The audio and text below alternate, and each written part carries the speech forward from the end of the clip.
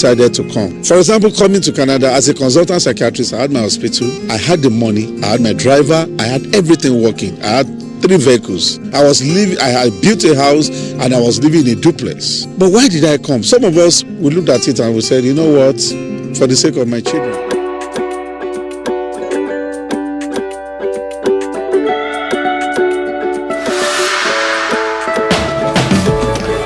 Good morning, good afternoon, good evening, wherever you are watching me from.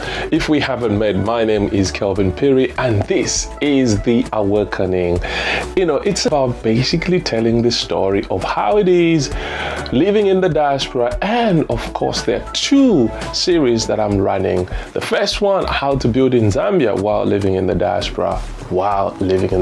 And the second series that I just started a few weeks ago is the Diaspora Chronicles. And today we are running another episode of Diaspora Chronicles. And in this episode, I want to try and bring to you a video of a brother living in Canada and shed light on the diaspora's struggle. Now, the reason why I'm running this series, as with everything that I'm doing on this channel, is basically to share information, give another spin of what we have been told, or in a way, basically tell it as it is, tell the stories as they are, what it means to be living in the diaspora. So in this story, I hope you will enjoy this story and you will possibly get a sense of what it is.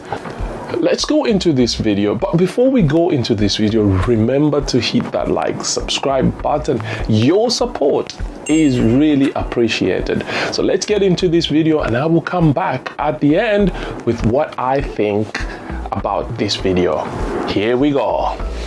We experience as a foreign worker. What is your name? Peter is my name. And what do you do in Canada? Well, I'm a research student. I'm a master's student in University of Saskatoon, and I'm also a medical doctor back home in Nigeria. Even though presently in Canada, I'm trying to have an assessment of all my credentials so that I can practice in Canada. How different is work in Canada compared to work in Nigeria? Well, 2 sides. In Nigeria, we are more culturally oriented. So, for example, a client walked into my clinic. There's tendency for me to ask, how are you? What did you eat yesterday? And usually there is no time limit. You want a person to talk. But here in Canada, a client walks into your place. Everything is timed. Canada is more regimented. You get to your place of work, you already have your schedule. You see task sheet duty. Do this. Done, not done. Why? The dollar you're getting, you have to work for it. Do you understand? So there's no sitting down, no loitering around, nothing. You just have to do it. So it kind of make you feel on edge. So Canada makes you feel like you're working for your money. Meanwhile, in Nigeria, you're working and you're enjoying your work.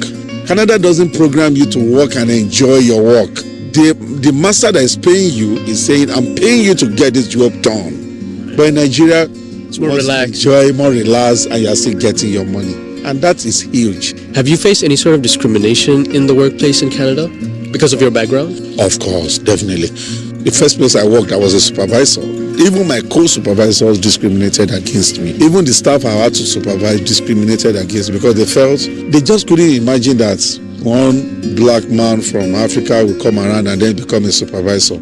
My colleague supervisor will go to the staff and will be asking, how was Peter today? Did he perform? So that was quite huge. I felt it. That's unfortunate. So I had to take it up with the management. I said, no, that's wrong. If you had to give any advice to someone in Nigeria who wants to come to work in Canada, what would you tell them? No, don't come to Canada if you are stable back home. It's not worth it. It's just a fleece. It's a mirage. And that's the truth. Some of us are here because we've decided to come. For example, coming to Canada as a consultant psychiatrist, I had my hospital, I had the money, I had my driver, I had everything working. I had 3 vehicles. I had built a house and I was living in a duplex. But why did I come? Some of us, we looked at it and we said, you know what?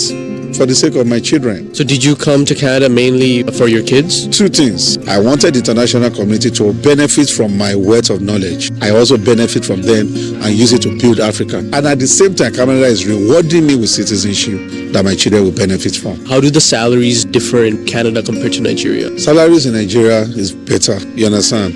Because I can be making an equivalent of $1,000 in Nigerian naira. The amount that I'm going to spend out of that $1,000 to get my house, rent, everything may just be about 300 or 400. I have opportunity to save like 500 from my salary. But you can't try that here in Canada. Your rent takes... It's not even enough.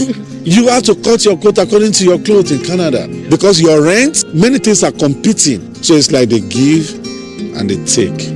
The system will take it away from you, from parking lots, from the toll gate, from bills, from charges, everything, bus pass. They will take your money. It comes and it goes fast. You can save more back in Nigeria. You get 1,000. You can, if you are not a extravagant person, you will save half of your salary. Okay, that's good to know. I didn't know that. Do you have any regrets coming to Canada? At the beginning, I had a regret, but the reason why my regrets were very limited was because I knew what I was going into. I knew it was going to be, there were going to be challenges.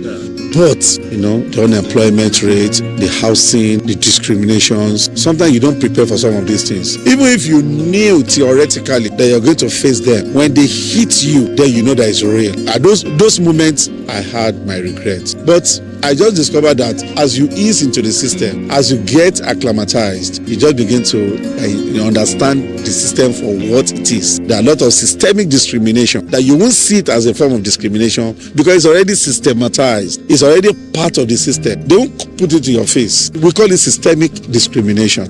It's quite huge, but it's hidden under laws, organizational rules and co. But you will know that it's deeply hidden. But they won't put it and shove it to your face and say, you have been discriminated upon. They'll tell you we are against color, we are against discrimination, we are against bullying and harassment, but it is systemic. So those things you regret. But by and large, when you look at the brighter future, the knowledge you are getting, so for that, I give it to them. Brother, you are amazing. You're amazing. Right, I hope you've enjoyed that video. Now, if you have questions, drop me a comment in the comment section and we can get this conversation going. But the first thing that I would say to you is what my brother has just said there is basically what we all go through. It might be a few changes here and there and all that, but by and large, that is what the truth of the matter is. And I can't add anything to what he has said. I mean, I have said this on this channel as well, what I think about living in the diaspora. I think if you can go back in our series, How to Build in Zambia, there's a part of that series where I actually talked about the misconceptions about living in the diaspora. And you will get a few of what our brother has said in this video, on that video as well. But hey, I can't add much to this. It is quite true. If you are living in Africa and you think, oh my God, it is so hard, the standard of living is so hard, it is very difficult in the West. Everything that you do has a charge. As my brother said, they give you the money. So if I say to you, I earn so much kwacha, equivalent to in the West, you'll be thinking, oh my God, what can I do with that money? But hey, that is far much less when you are here because the cost of living is so high. You pay for everything that you do. Where the grass is so green on the other side, there is a cost to maintain that grass. So you know what, this is not by all means or any way, shape or form to try and discourage those who want to come and experience how it is to live in the West, but we are just telling it as it is so that you are aware when you come, you're fully aware of what you're getting yourself as you come into the West. But I hope you've learned one or two things from this video. Until next time, God bless you, and I will see you. I think my next video will be how to build in Zambia while living in the diaspora. I took a 2-week break from sharing some videos, but I am charging myself, and I think you will, you'll be in for a treat. There's loads and loads of stuff that I've planned for you all on this channel. So I'll see you in the next video. God bless you. Bye-bye.